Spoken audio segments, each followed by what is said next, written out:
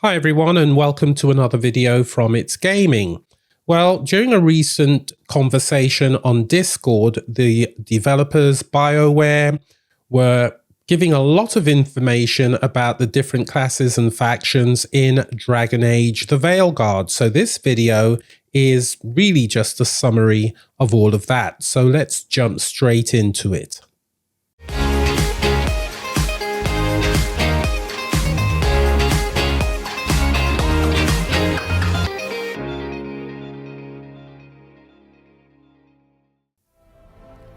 Essentially, there are three distinct classes: Rogue, Mage, and Warrior.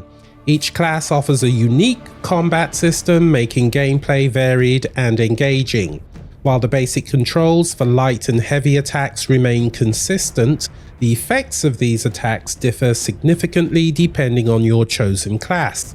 For instance, a warrior equipped with a sword and a shield can either hipfire or aim their shield to throw it, while a mage uses the same action to cast magical ranged attacks. Apparently, as you progress and develop your character through skills, you unlock specializations. And do we want to know what these specializations are? Well, of course we do, so let's take a look at them right now.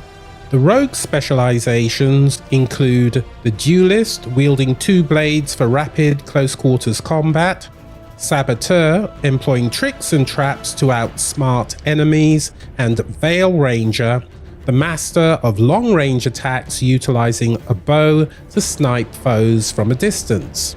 If you choose mage, you can specialize as a death caller, harnessing the power of necromancy; evoker, commanding elemental forces like fire, ice, and lightning; or spellblade, combining magical abilities with melee combat. And finally, the warrior specialization. You have Reaper, using night blades to drain life and gain powerful, risky abilities; Slayer, a straightforward expert in two-handed weapons; and Champion, a tactical defender excelling in defensive maneuvers. Now, although these specializations become available as you advance, it's beneficial to understand their potential before you commit to a class, because I imagine once you've committed to that class, you're not going to be able to change it. So choose wisely, as they say. As a part of the character creation process, you're also expected to select a faction.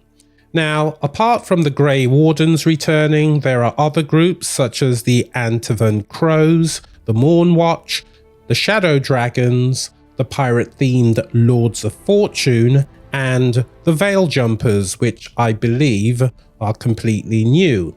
Each faction offers unique casual wear for specific cutscenes and provides three distinctive traits. For example, Lords of Fortune gain additional reputation, increased damage against mercenaries, and can perform takedowns more efficiently.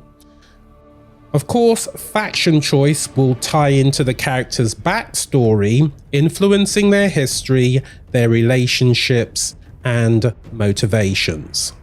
As with all Dragon Age games, you have abilities and skills in the form of some kind of skill tree. And in the Veilguard, that's certainly the case. They've displayed some screenshots showing the skill tree, and I just want to talk about a couple of things that I've noticed. So, for your character Rook, and let's assume that Rook's a warrior, along with your companions, of course, you have a range of abilities that can be utilized during combat. Each character can bring 3 out of their 5 abilities into battle. These can be executed quickly with select buttons or through the pause and play combat wheel. Importantly, every time you increase a companion's relationship level, you earn a skill point specifically for that companion. These points are essential for unlocking new combat abilities. Now, while the skill trees for companions might not be as extensive as Rook's, they still offer a degree of customization. Rook's skill tree is more expansive, as you would expect, featuring passive abilities, combat abilities, and pathways to 3 unique class specializations. Despite this, there is still plenty of room to tailor your companion's abilities to your liking. Now, I found the actual structure of the skill tree quite interesting, and I just want to point out the different areas of it and what it represents from an overall perspective in relation to the actual skills and abilities that your character will have. So first and foremost, to access the skill trees for Rook and his companions, you can use the Start or Pause menu in Veilguard. This menu also includes the map, the journal, character sheets, I love a character sheet, and a lore library. Within this menu, you can compare and equip new gear, build weapon loadouts, and customize abilities and builds through the skill tree. And the layout is user-friendly according to the article, making it easier to understand and navigate. Now, the actual structure of the skill tree is as follows. Large circle represents the class, diamonds represent abilities, a medium circle represents major passives and ability upgrades, a small hexagon represents traits, and a small circle represents minor passives and stat boosts. So there's a lot going on there in terms of the skill tree, and I'm sure, when we all encounter it for the very first time, it might take some getting used to, but I think it should be okay. As an example, passive abilities can unlock advanced moves like jump attacks and guarantee critical hit opportunities. Combat abilities add moves to such as firewall attacks and Spartan kicks.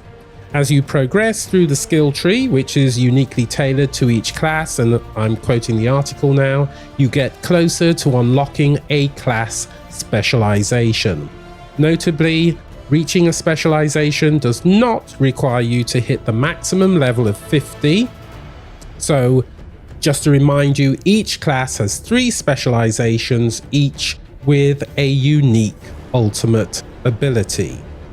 So, clearly, you do need to have a very good understanding of the skill tree if you're going to want to advance your character in the game in the way that you really want it to. So clearly, once we've gone through the character creator, making sure we've selected the right faction and everything else that we've been talking about is going to be very important.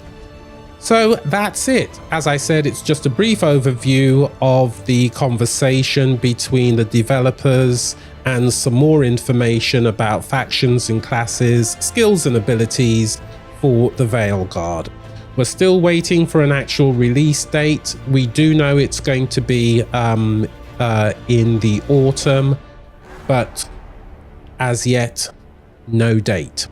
So that's still something that we're going to eagerly wait for, and until then, as always, if you have any comments or suggestions, then you can add them below and like and subscribe as per usual. My name is Hubert Shorter, and I'll see you in the next one. Bye bye.